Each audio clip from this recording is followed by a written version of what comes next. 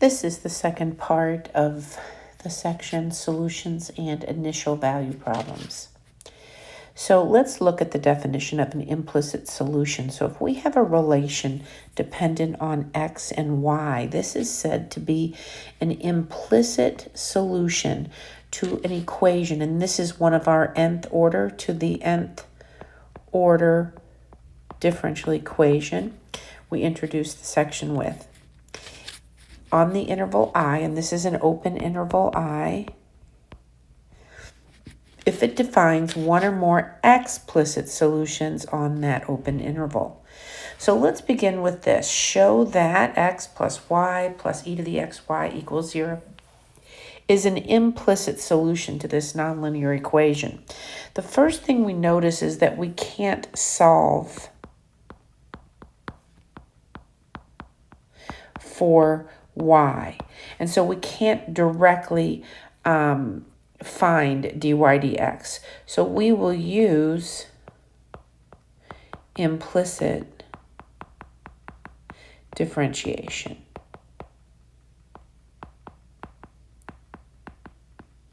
So let's go ahead and see what we get if we, so this is our proposed solution, implicit solution, and this is our differential equation. So let's just take a good look at this proposed solution.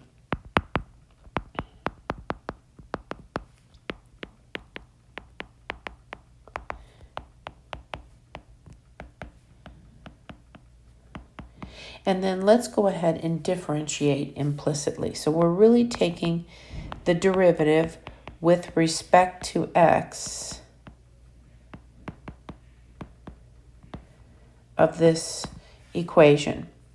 So we have 1 plus dy dx plus e to the xy multiplied by y plus x dy dx.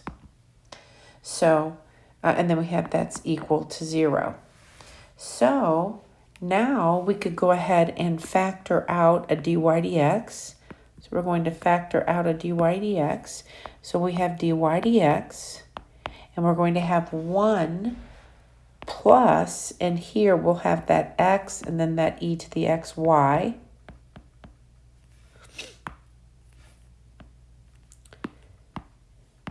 And then now we'll go ahead and have our 1 plus, we need these two, y e to the xy is equal to 0.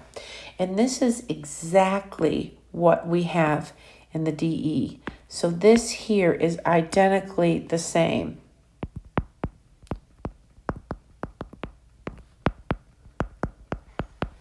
Okay, so therefore x plus y plus e to the xy equal to 0 is an implicit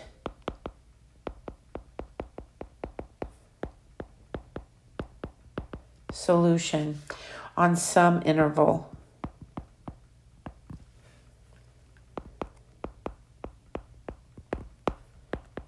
I. Okay.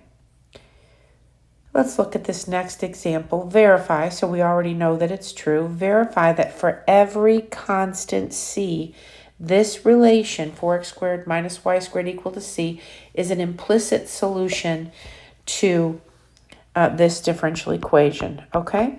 So let's go ahead and, of course, let's differentiate this implicitly.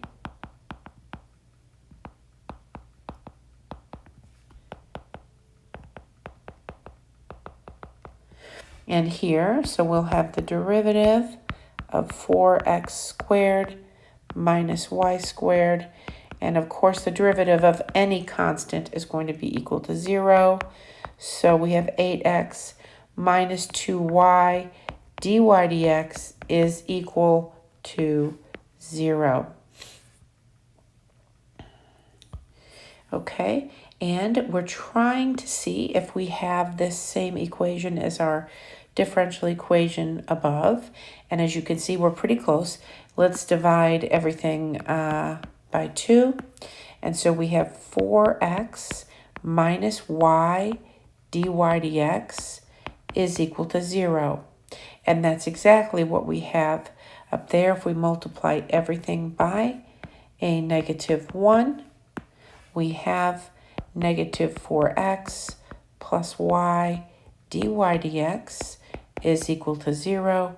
And so we have y dy dx minus 4x is equal to 0.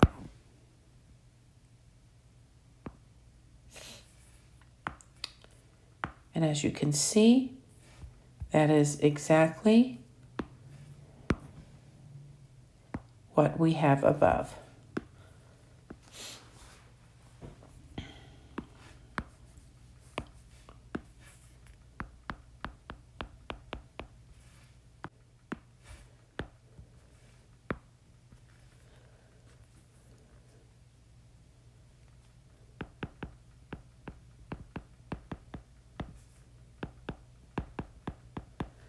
And so we do have an implicit solution. Now we want to verify that this implicit solution is a solution for every constant c. And as you can see, that would be right here for any constant c. Of course, that derivative would be equal to 0. But what we did here is we took a look at the solution curves. So this is the graphs of the solution curves.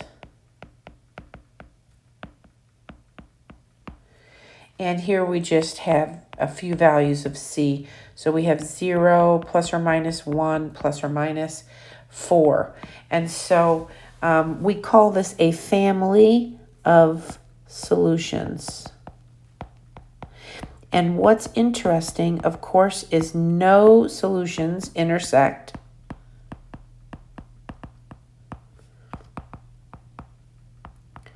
So there's infinitely many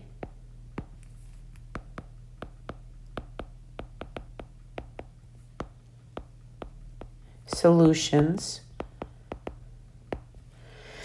one for every value of c.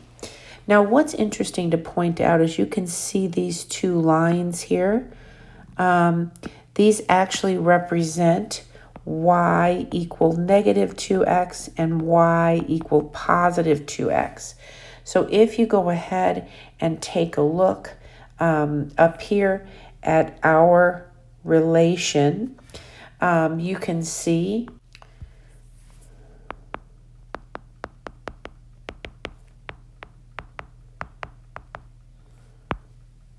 when c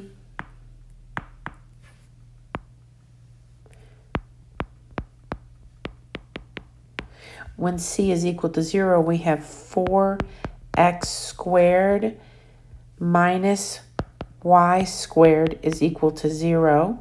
And so we have y squared is equal to 4x squared and y equals plus or minus 2x.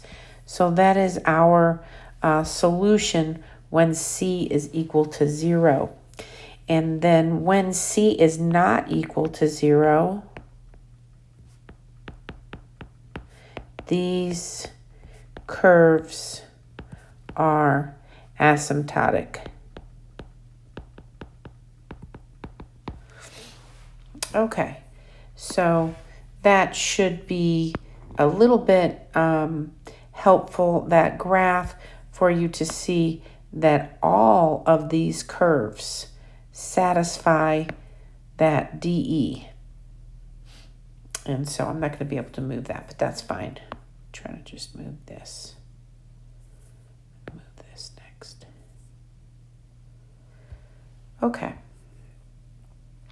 Determine whether the given relation is an implicit solution to the given differential equation.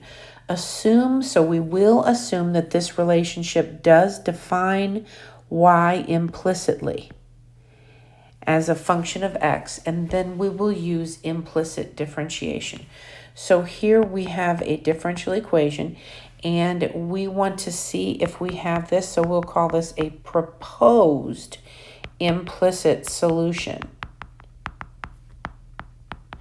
You can see here that for every change in x, y is going to change. So we do know that dy dx exists, and we are going to go ahead and differentiate implicitly.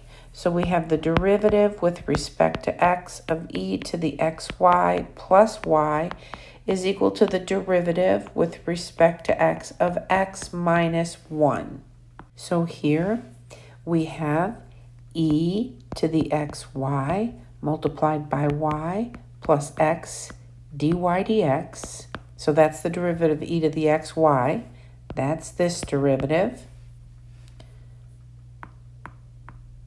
Actually, that's the derivative of e to the xy is that entire expression. And then we have plus dy dx is equal to 1.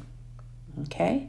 So now let's go ahead and distribute that e to the xy.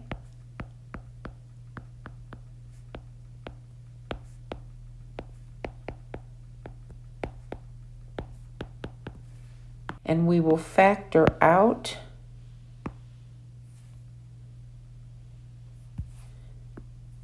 a dy dx. And we have x e to the xy plus 1, and then is equal to 1. And then we'll go ahead and move this term over, minus y e to the xy.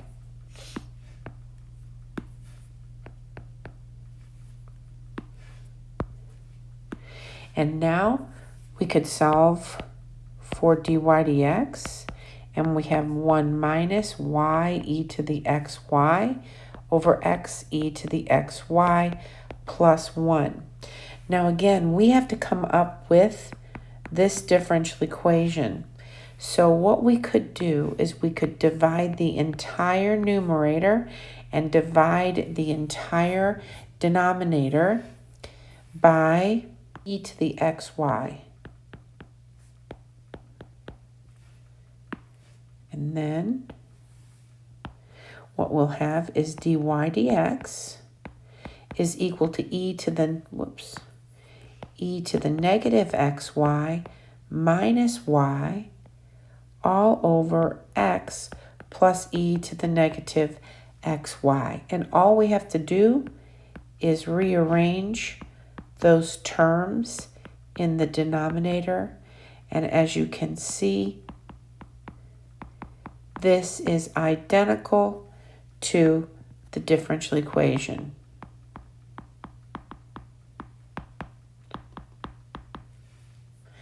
So, therefore,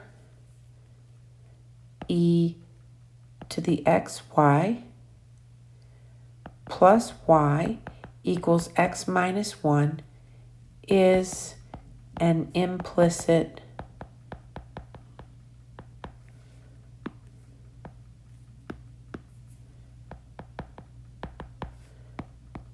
solution to the differential equation. Okay, now let's talk about what an initial value problem is. So if you actually, just real quick, an IVP is a differential equation given with an initial condition. Okay, now this is not an equation, but that's what an IVP is. We're given a differential equation in addition to some initial conditions, but that's really not what this definition is. So basically this definition says if we have a function dependent on x, y, and nth order derivatives of y with respect to x, what we mean there is if we have that, we will find a solution to the differential equation on that open interval that satisfies the n initial conditions. So you have to satisfy all. So the solution must satisfy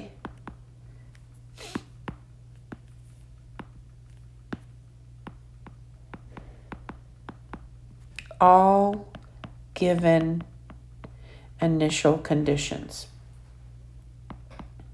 Okay, so there could be n initial conditions, and they have to be satisfied at this x sub 0. So whatever this value is, that's where we will evaluate the solutions in any derivatives. Okay, let's give this a try. Show that phi of x equals sine of x minus cosine of x is a solution to the initial value problem. So we're going to first show that that is a derivative, is a solution. And then second, we have to satisfy. So we first have to show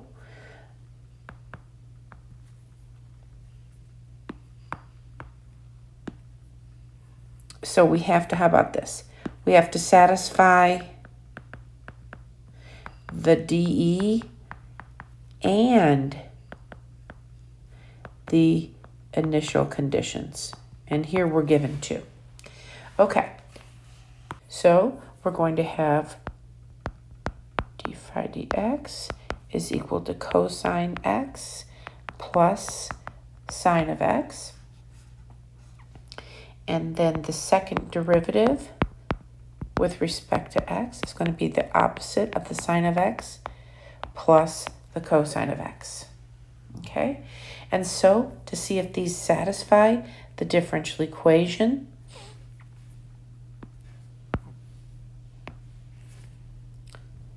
so our differential equation is the second derivative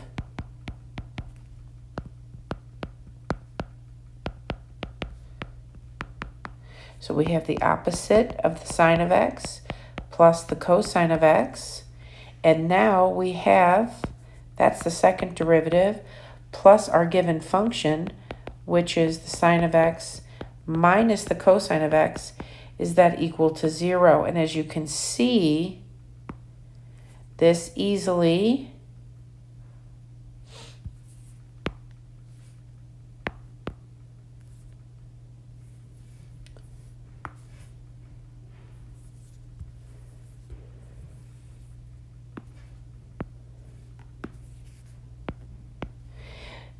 now we have the opposite of the sine of x plus the cosine of x plus the sine of x minus the cosine of x is equal to 0. And we have 0 equal to 0. So we have satisfied the DE. Now we have to satisfy the initial conditions.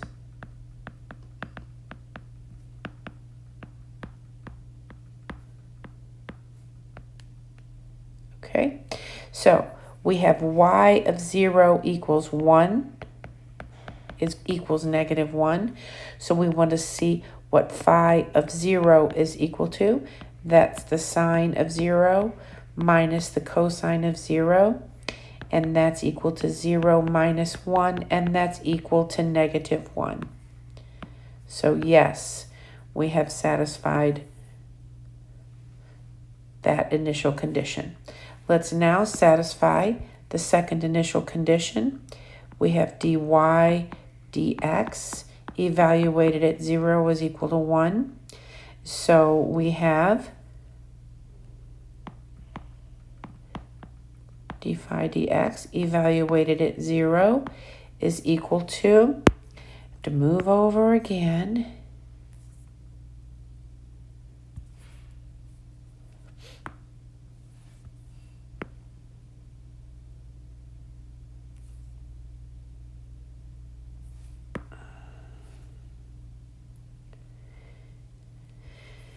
And so plugging in 0 into that, we have the cosine of 0 plus the sine of 0, and that's 1 plus 0, and that's equal to 1.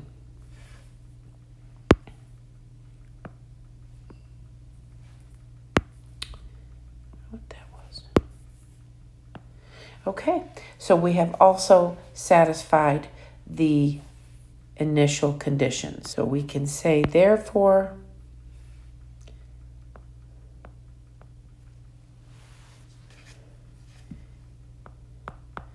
phi of x is a solution of the IVP. Since we satisfied the initial conditions and we satisfied the differential equation. Okay, let's look at our next example. Here we have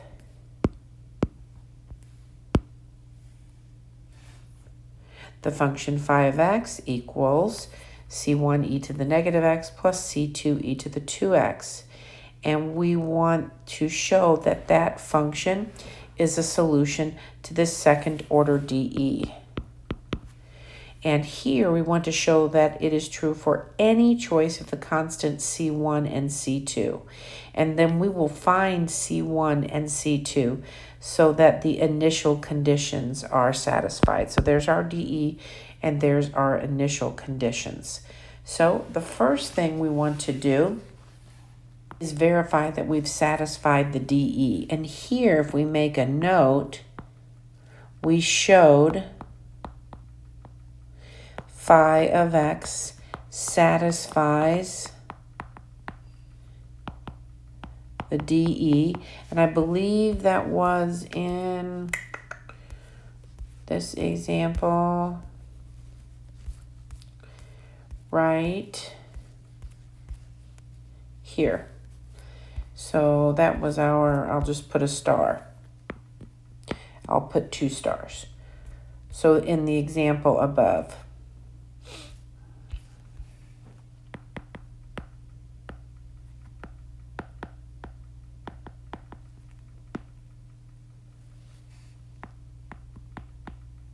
So now what we have to do is we have to show that these constants C1 and C2 will satisfy these initial conditions. And remember, we showed for the that phi of x satisfied the DE, and that was for any C1 and C2. But now we are going to have to satisfy the initial conditions, okay? And so that will have to be unique constants.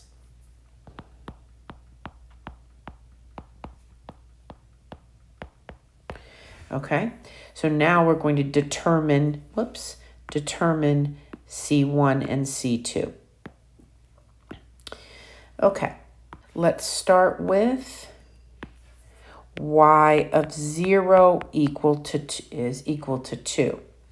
So here we want to show that phi of 0, which will be C1 e to the 0 plus C2 e to the 0. So we're working on this initial condition.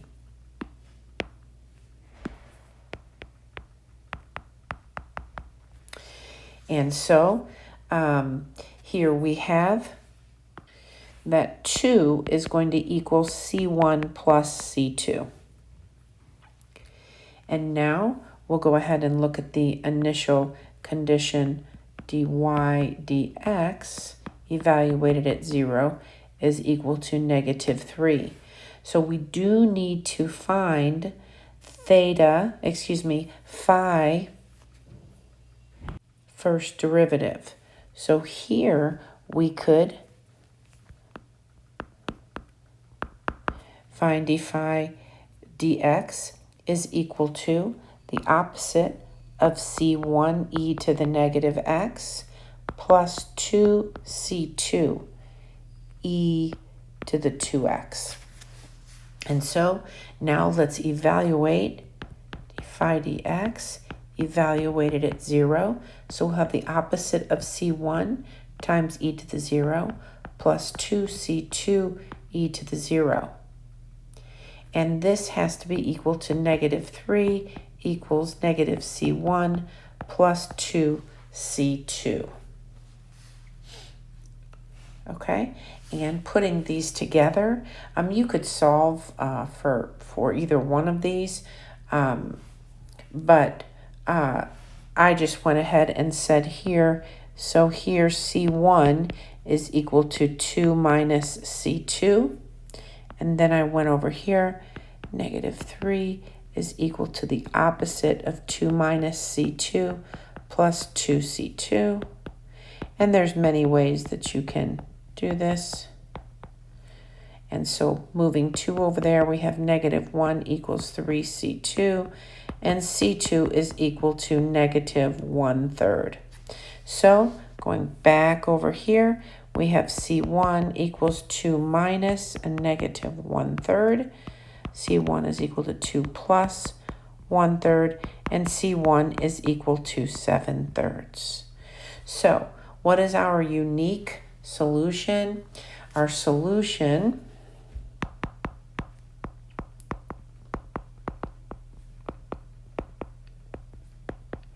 So the solution to the IVP is going to be 5x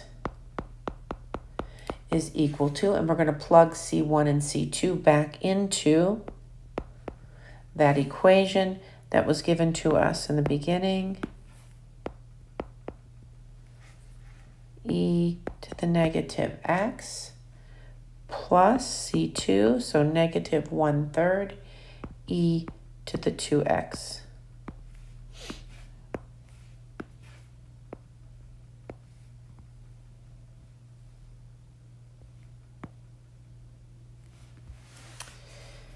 Okay. Now let's talk about existence and uniqueness of a solution. So if we are given an IVP, here we have our DE, here we have our initial condition. If f, which is the derivative dependent or with variables x and y, you can see here we're saying that this is equal to f, and the partial derivative of f with respect to y are continuous functions in some rectangle, and this is again an open interval, that contains this point, this initial condition point. So that's the initial condition right here. You can see it right here. This is x sub 0, y sub 0. Then the initial, and there's our point.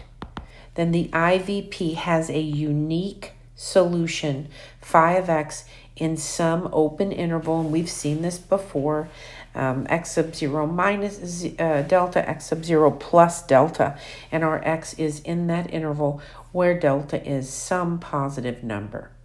Okay, so we do have to make sure that our derivative, which we are calling a function with variables x and y, and that partial derivative of f with respect to y are continuous, then we can say that a unique solution exists. It does exist. Okay, so let's look at this IVP. Here's our DE. Here's our initial condition. You can see this point is 1, 6. You might need to see that. And we want to know, does theorem 1 imply the existence here of a unique solution? So let's go ahead and take our DE and solve for dy dx. So in our DE here, we know that dy dx is equal to 1/3 x squared minus, and we could just put the entire function over 3. So we have x squared minus xy cubed all over 3. And we are going to call this f of xy. Okay. And we also will find the partial derivative of this.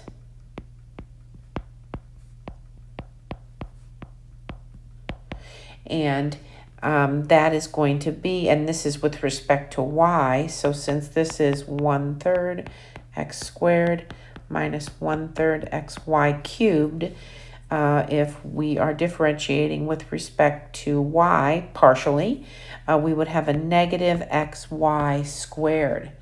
So both of these functions are continuous in any rectangle. So both this function and this function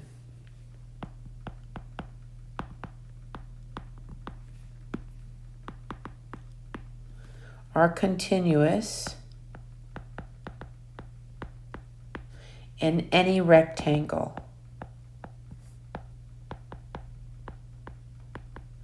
containing that point 1, 6. Therefore, our IVP has a unique solution.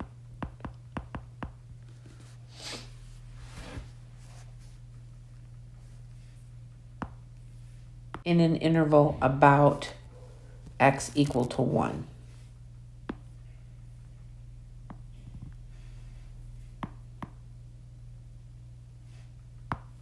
Better go ahead and just write that here.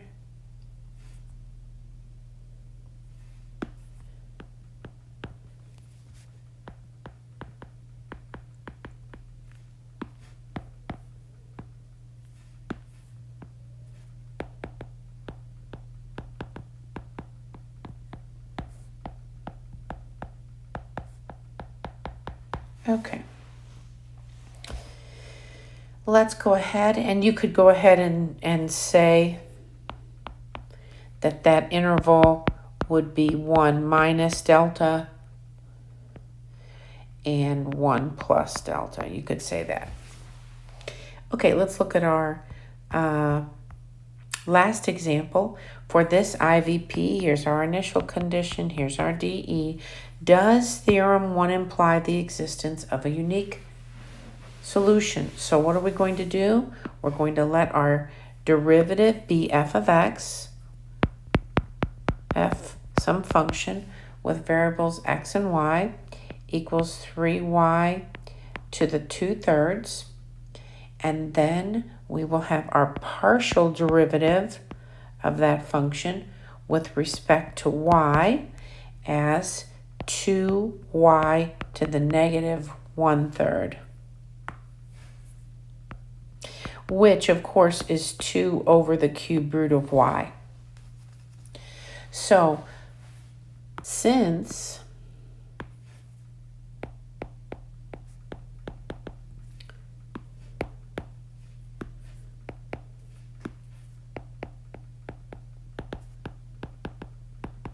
that partial derivative of f with respect to y is not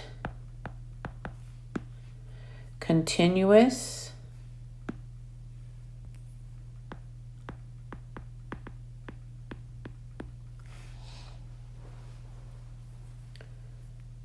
or defined when y equals 0, there is no rectangle containing that point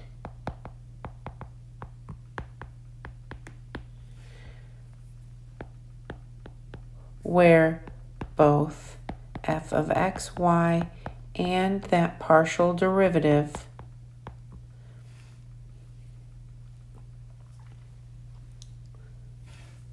are continuous.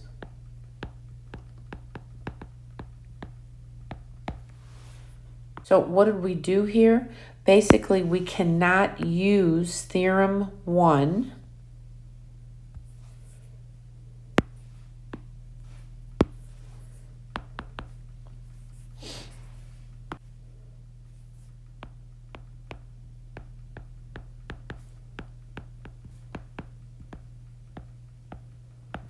to determine if the IVP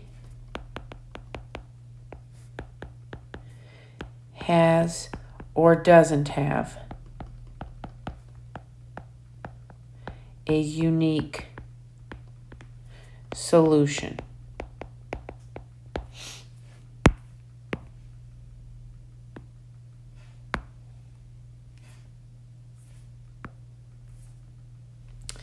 Okay, so that concludes this section.